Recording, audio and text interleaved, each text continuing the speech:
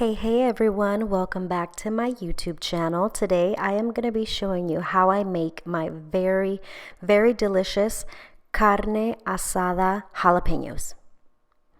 So I'm going to be using skirt steak today for my carne asada. I also have 10 jalapenos that I'm going to be stuffing.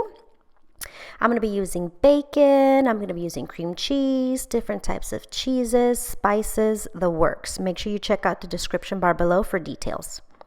So I'm going to go ahead and make the carne asada first. I'm going to throw it on the small skillet, basic seasonings, salt, pepper, and garlic powder. Go ahead and put this on your stove on high heat for about 3 to 4 minutes on each side.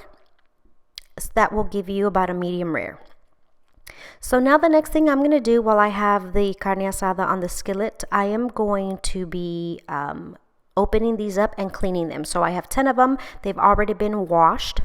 And so I'm going to show you how I'm going to cut them here. I'm pretty much just going to cut a not very thin, but you can see here, a thin enough piece so that it works more as a lid once I stuff the opposite side of the jalapeno. So I'm cleaning the veins and the seeds, and you can see here once I clean it all out, you'll be able to see how much room and how much space you'll have to be able to go wild with your filling. So here I'm going to remove it and clean it. This is going to make sure that you don't bite into any seeds, and it's also going to tone down the heat.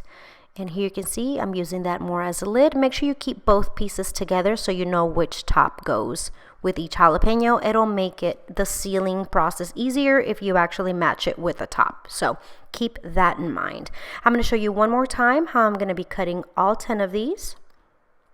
If you have gloves, use gloves. These were really spicy. I unfortunately didn't have any gloves available, but that'll save you the trouble of like rubbing your eye or touching your kid's face and have their face be on fire. So I recommend gloves while cleaning these. And if you want to keep some of the spice, only remove the seeds and keep a couple of the veins. That'll keep some of the heat. So you choose if you want to keep heat or not. And they're nice and clean. Look at all of this room we have to stuff. Yay! So I took my carne asada off the skillet and I have it down on this cutting board resting and cooling down, and look at how juicy this is. Delicious. I'm going to let these sit here until they're completely cooled. In the meantime, I am going to be working on my cream cheese filling. I'm going to be using an 8-ounce block of cream cheese.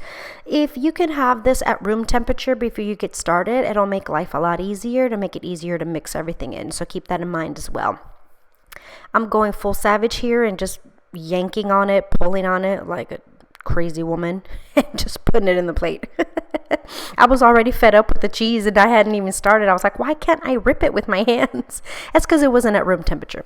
Anywho, let's get going with the seasonings. I'm doing garlic powder. I'm doing fresh ground pepper. I'm also doing sea salt. And all of this is going to be in the description bar, guys. So don't panic on like, how much is she adding? What is she adding? What's going on? I got you covered. So then I'm going to go in with some paprika. This is going to add color and it's also going to add a really nice smoky flavor. Next, I'm going in with some chili powder once again for like that smoky flavor, jalapenos and bacon and smoky. That just all ties in. Those flavors go so good together. So that's why I added that. And now I'm going to add this 4-cheese Mexican blend. I'm going to add just a really nice handful. You can add a little bit more, a little bit less, whatever you like. Mix, mix, mix, mix, mix, mix, mix. And you should have something like this after mixing for a few minutes.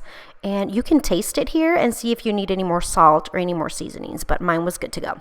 Now I'm going to go ahead and slice my carne asada into slivers. Remember, this is going to go inside of the jalapeno. Taste test.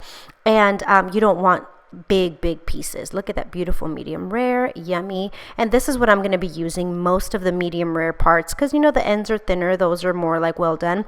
I do not end up using all of this carne asada, but it was one big piece, so I just went ahead and cooked it all. My husband will come in here and taste test and then end up eating what's left of the carne asada anyway, so it's not going to waste. So here you can see I've cut it all up and it's ready to be used.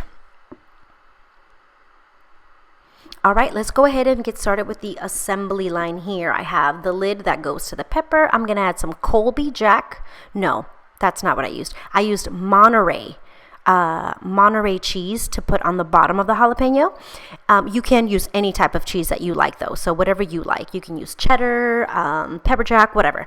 And then I'm gonna go ahead and seal that cheese in at the bottom with the cream cheese filling. Thereafter, I'm gonna add my carne asada. You wanna just make sure that it fits in there. I had to cut it in 2 pieces, made my life easier. If you can do just 1 strip, that's fine too. And for good measure, just to kind of hold the carne asada in there, I'm going to add a little bit more cream cheese to the top. Remember, all of your seasoning and flavor is in the cream cheese. So do not be stingy with that. Okay, so go ahead and fill that in as much as will fit in here. Now you can see I'm going to add the top to the jalapeno, the little lid, and I'm squeezing, and whatever's popping out of one side, I'm shoving it on the other side. We are not going skimpy on these. I am filling these up as much as I can. And then just remember that once you wrap the bacon around it, that's going to secure everything and keep everything in place. So feel free to stuff these. Stuffed jalapenos, right? So let's stuff these babies. And just wrap it, wrap it, wrap it. There is no need for toothpicks and all that extraness. Just wrap them nice and tight.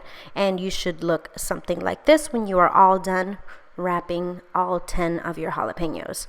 I'm going to line them up in a baking rack, and I'm going to go ahead and put them in the oven at 375 degrees for about 20 to 30 minutes. So just make sure you check them after about 30 minutes. I look a little something like this. Aren't those amazing? Yum! If you want a little easier cleanup, use parchment paper. I didn't, but you can if you want to do parchment paper. So now for the real deal. We're going to cut into them and we're going to taste them. And they are so good, guys. So good. So I cut this one up just so you guys can see what they look like on the inside. And my son was like, Mommy, are they ready? Can I taste? So he was the first one to bite into these. And I made 10 of them. The boy ate 3. So that ought to let you know how good they were.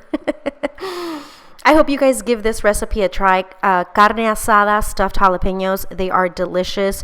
Great as an appetizer, a game night. If you just want to go fancy and make a little pre-appetizer before you actually cook dinner for your family, let me tell you, these didn't last 5 minutes on this plate. They were gone. My kids loved them. My husband loved them. So make sure you try them for your family. Thanks for watching, and I'll talk to you guys next time. Bye.